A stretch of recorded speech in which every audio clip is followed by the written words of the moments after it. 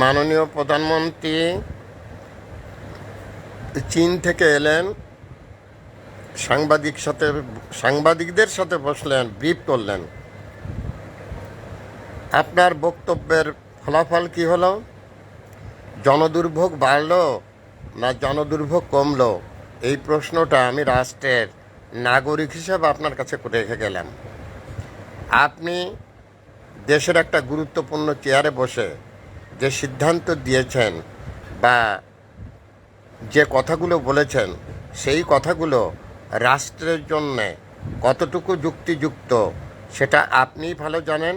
এটা আমার জানার বিষয় না, কারণ আমি রাষ্ট্রের নাগরিক, আপনি রাষ্ট্রের প্রধানমন্ত্রী। তবে প্রশ্ন করার অধিকার আমার আছে।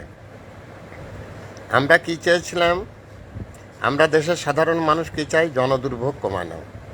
তা আপনি যে ব্রিফ করলেন, আর আপনার ব্রিফের পরেই যে রাত 12টার সময় সবাই ইউনিভার্সিটি থেকে বেরিয়ে পড়লো, কাল সারাদিনের প্রত্যেকটা জিনিস দেখেছে। এই যে হাজার হাজার লোক আহত হলো অথবা কয়জন মারা গেছে জানি না, যাদের মায়ের বুক খালি হয়ে যাবে, তাদেরকে কি আপনি তার সন্তান ফিরিয়ে দিতে পারবেন? পারবেন না। তাই আজ প্রশ্ন রেখে গেলাম, গুরুত্বপূর্ণ চেয়ারে বসে যারা দেশের হাইকমান্ডে আছেন, আপনার একটি কথায় অনেক কিছু হয়ে যেতে পারে। এই কথাটা আপনার ভাবা উচিত ছিল। আপনি কি সেটা ভেবেছেন? Thanks a lot. Viral sir, বিনা বেতনের পারিবারিক পাঠশালার শিক্ষক। মোবাইল কন্ট্যাক্ট নং 01935204804। এটা আমার বিকাশের নাম্বার। আমি একটি বিনা বেতনের পারিবারিক পাঠশালার শিক্ষক। আমি অতীব মর্মাহত। গতকালকের সারাদিনের যে দৃশ্য দেখেছি, ভাইয়ে ভাইয়ে মারামারি। এটা কি হচ্ছে? আজকে দেশে ব্রিটিশ আছে, আজকে দেশে মোগল আছে, আজকে দেশে পাকিস্তানিরা আছে, আজকে দেশে বর্গী আছে। ভাইয়ে ভাইয়ে মারামারি চলছে। এক বাঙালি আর এক বাঙালিকে মেরে ফেলছে।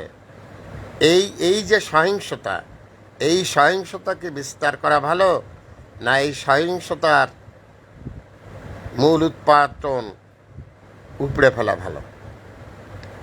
এই প্রশ্ন রেখে গেলাম মাননীয় প্রধানমন্ত্রীর কাছে। অন্তরে অনেক দুঃখ, অনেক ব্যথা। জানি না কোথায় কার সন্তান মারা গেছে, তার মায়ের আহাজারি, তার মায়ের যে রোনাজারি। ওহ আল্লাহ, সেই মায়ের বক্ষ বিদীর্ণ হবে যদি কারো সন্তান মারা যায়। যদিও এখনো পর্যন্ত আমি ফেসবুকে সকালে দেখেছি একটা নিউজ, সেই ছাত্রলীগ কর্মী বা সেই ছাত্রলীগ নেতা মারা গেছেন, এরকম একটা কিছু দেখলাম। যদিও তার ডিটেলিংস এখনও আমি দেখতে পারিনি, আমি খুঁজছি। তো যদি কেউ মারা গিয়ে থাকে, তার সন্তান তাকে কে ফিরিয়ে দেবে? রাষ্ট্র কি তার সন্তানকে ফিরিয়ে দিতে পারবে? কখনো পারবে না। যে যায় সে আর কোনোদিন ফিরে আসে না, সে না ফেরার দেশে চলে গেছে। আর তার এই চলে যাওয়ার জন্য দায়ীকে? প্রশ্ন রেখে গেলাম, উত্তর দেবেন দয়া করে। Thanks a lot.